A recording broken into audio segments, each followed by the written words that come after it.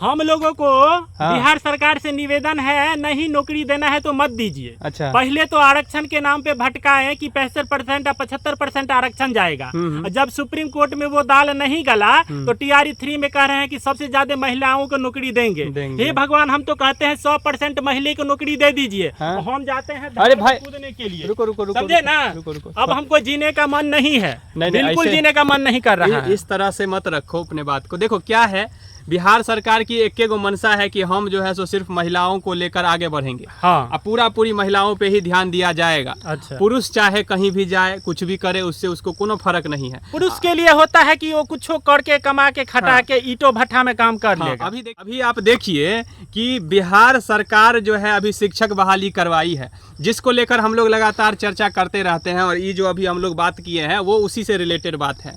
तो आप लोग अगर चैनल पे नए होंगे तो पहले चैनल को सब्सक्राइब कर लीजिएगा। ये जो मैटर है बड़ा ही सेंसिटिव मैटर है एक तरह से। अगर आप देखेंगे तो बिहार के जो युवा है, खास करके हम लड़कों की बात कर रहे हैं, हम ही नहीं बोल रहे हैं कि लड़कियों को आरक्षण नहीं देना चाहिए, आरक्षण मिलना चाहिए। अभी आप आरक्षण दे भी रहे थे, 50% आरक्षण बिहार के लड़कियों को मिल रही थी, जो कि एक तरह से सही है, क्योंकि लड़कियों को आरक्षण मिलना चाहिए। उठाना है, ऑब्वियसली सी बात है। हर पायदान पे यहाँ पे जो है सो गरीबी है, एक तरह से महिलाओं का जिस तरह से सम्मान नहीं होता था, तो वो सही है, उसको हम बिल्कुल सपोर्ट कर रहे हैं। लेकिन इसका मतलब ये नहीं है कि आप पुरुषों का हक मार के भी आप जो है सो महिलाओं को ही दे देंगे। यहाँ पे अभी पेपर के माध्यम से हम लोग भी पढ़े हैं, और आप लोग भी इस बात को देखे होंगे कि बिहार के महिलाओं को अब लगभग 70% आरक्षण देने की बात की जा रही है। अब वो बात इसलिए क्योंकि 50% तो पहले से ही था। उसके बाद जब जो सीट में, जैसे कि जनरल की मान के चलिए आप बात करें, तो जनरल में जो कट ऑफ में महिलाएं आ जाएंगी तो उनको फिर जनरल में ही काउंट किया जाएगा, वो तो पहले से भी था।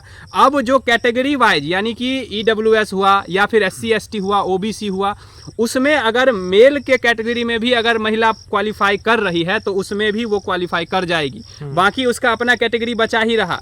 इससे देखिएगा क्या होगा। एक तो ये राजनीतिक मुद्दा है, सीधी सीधी बात समझिए, इसमें जो है कोई फायदा नहीं होने वाला है। फायदा अगर थोड़ा बहुत महिलाओं को होगा भी तो वो तो 50% आरक्षण पहले से भी मिल रहा था, तो उसमें भी हो सकता था। लेकिन यहाँ पे क्या हुआ, अब जो ये जो आरक्षण का जो अभी मुद्दा चल रहा है, जो 20% आरक्षण लगभग बढ़ गया है, वो कहीं ना कहीं अब जो है सो पूरी एक तरह से लड़कों पर हावी हो जाएगा।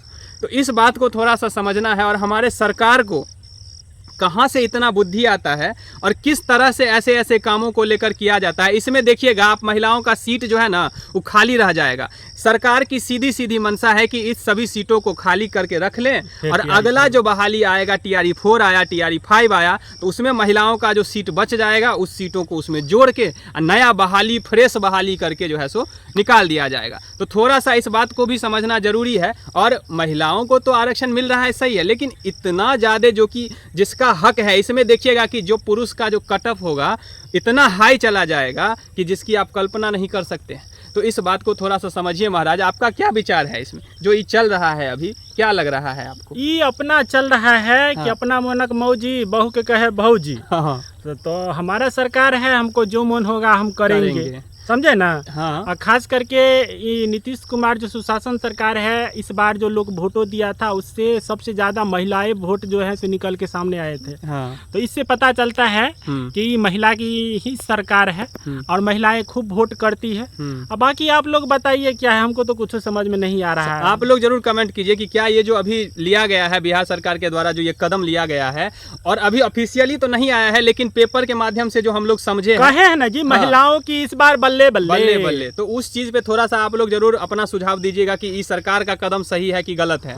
ठीक है, मिलते हैं अगले वीडियो में। हम लोग के लिए भी कुछ कह दीजिए कि आप लोग जाइए डबरा में कुछ जाइए, बहुत सारा ऑप्शन दे सकते हैं, आप लोग दे सकते हैं। ठीक है, बहुत बहुत धन्यवाद साथियों, जय हिंद।